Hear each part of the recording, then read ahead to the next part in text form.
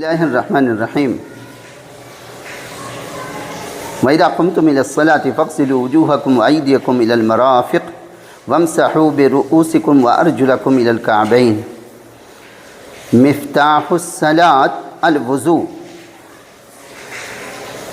محترم سامعین و ناظرین، مختصراً آج کا بیان وضو کے فرائض پر مشتمل ہے، غور سے سماعت فرمائیں۔ سب سے پہلی بات آج کے بیان میں، ہم سب کو بخوبی علم ہے کہ نماز کی کنجی اللہ رب العزت نے وضو کو بنایا ہے، یعنی پاکی، چھوٹی پاکی جس کو ہم کہتے ہیں۔ تو وضو میں جو فرائض ہیں وہ 4 ہیں، اور چاروں فرائض سب ضروری فرائض تو ضروری ہوتے ہی ہیں، چونکہ ارکان وضو یا فرائض وضو آپ شریعت کی زبان میں جو بھی کہہ لیں، دونوں صحیح ہے۔ ان میں سے اگر ایک کو بھی چھوڑا گیا، ترک کیا گیا، تو وضو سرے سے ہوگا ہی نہیں بیسیکلی۔ جب وضو نہیں تو نماز نہیں۔ اسی لیے فرمایا گیا شریعت اسلامیہ میں کہ وضو نماز کی کنجی ہے اور نماز جنت کی کنجی ہے۔ مختصراً اس بات کو، اس لائن کو یاد رکھیے گا۔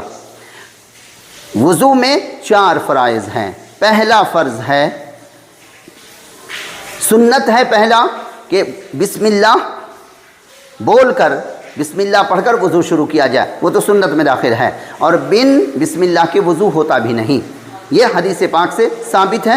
ابھی مختصراً چونکہ آپ کے سامنے میں فرائض وضو بتانے والا ہوں، اس لیے آپ اتنا یاد رکھو کہ بن بسم اللہ کہے وضو نہیں ہوتا۔ فرائض وضو 4 ہیں۔ پہلا، بال اگنے کی جگہ سے لے کر، پیشانی میں بال اگنے کی جگہ سے لے کر ٹھوڑی کے نیچے تک، جس کو حدیث پاک کی زبان میں ذقن کہا جاتا ہے، نیچے تک لمبائی میں اور چوڑائی میں، اس کان کی لو سے اس کان کی لو تک اتنا چہرہ، جس کو وجہن کہتے ہیں شریعت کی زبان میں، چہرے کو اس طریقے سے دھونا کہ سوئی کے برابر بھی کہیں خشکی باقی نہ رہے۔ 3 بار دھونا سنت ہے، 1 بار دھونا جس میں آپ کا دل مطمئن ہو جائے کہ میرا چہرہ پورا دھل چکا ہے، 1 بار فرض ہے۔ دوسرا فرض، کوہنی سمیت، اس کو قرآن پاک کی زبان میں مرفق کہتے ہیں، مرافق۔